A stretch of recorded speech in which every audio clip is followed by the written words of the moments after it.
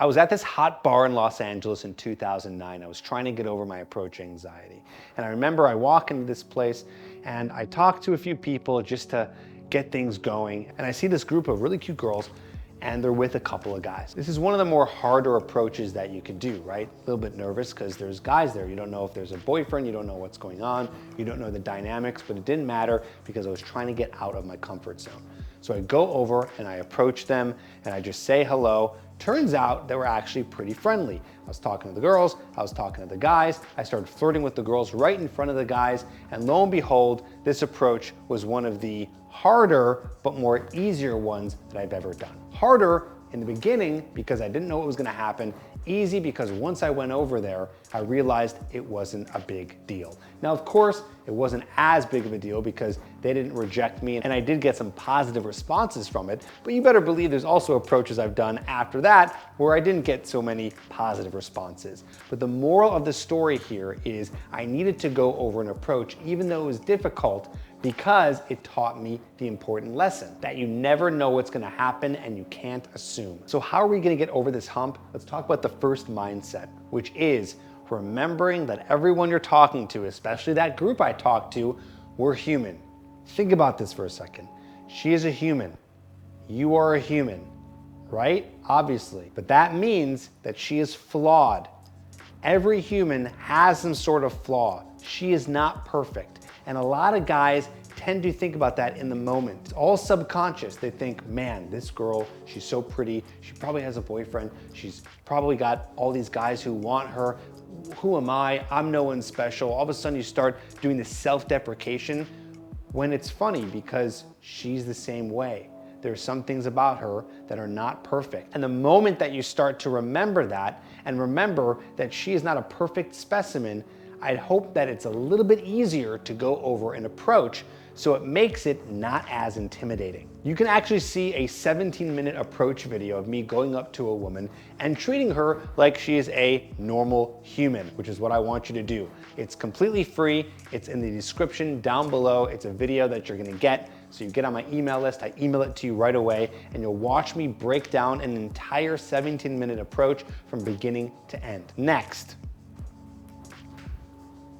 lower the barrier of entry, just like I did with that group. Did I go over there thinking, okay, that's the girl that I want to hit on. I got to make sure I talk to her. Did I try to have some big outrageous goal? No, I just wanted to go over and say hi, and that's all I did.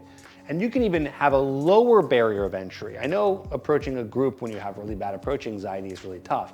So why not just approach a girl that maybe you're not attracted to? Why not just talk to someone who's at the bus stop next to you, who's the cashier?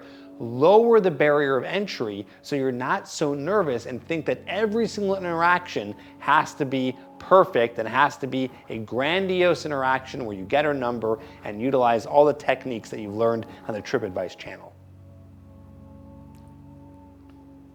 Next, what doesn't get measured doesn't get managed.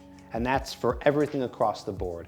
If you're not measuring, then you can't know how you're doing, and therefore you're not gonna know what's gonna get you the results that you're looking for. So when you work out, what do you measure? You might measure how many times you're going to the gym, how many reps and sets you're doing. When you're doing approaching, you might measure how many approaches you're doing in a setting, how many times you're going out, how many times you've asked for a number. All these things can help you manage the goal that you're trying to achieve. I get it, in the very beginning, you might wanna just throw yourself out there and you don't wanna put too much into it, but trust me, have a goal. Have a quantifiable goal when you can say, okay, this week I'm gonna do 3 approaches. This week I'm going out Friday and Saturday. Measure it to that degree because then you're more likely to accomplish it. You might have heard of compounding, like when money compounds, when you're investing and it exponentially gets bigger. Well, there's something here I call negative compounding. What does that mean? This is related to anxiety when you're at a place and approaching. So what I mean is when you do your first approach, your anxiety is going to lessen a little bit, right? I know that the anxiety is really big in the very beginning, but then you do your second approach, third approach, fourth approach, it starts to get exponentially easier. I remember when I went over and talked to that group, that was really hard for me to do. After that, my approach anxiety was almost gone. I was on fire the rest of the night, getting numbers, no problem, talking to any woman I wanted to, really hard situations too. That's because I put action. So make sure that you're doing more approaches to get that negative compounding effect. Next, use every single environment that you're in as an excuse to talk.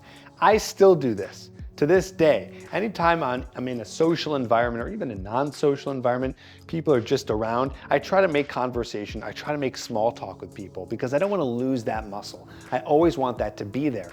That should be there, especially in the very beginning. Make excuses to start up conversation with someone, even if it's not a cute girl that you want to talk to. Again, this is going to be related to here, because the more you do this, it's going to negatively compound, and I do believe that it's going to negatively compound over time. So that's the macro version. The micro version is when you're inside of one day or one setting, you're doing a lot of approaches, you're going to have that negative compounding happening with the anxiety over a couple of hours. But as you continue to actually approach, you're going to have that negative compounding effect when you do more times throughout the week, throughout the month, throughout the year, and then you will crush your approach anxiety forever.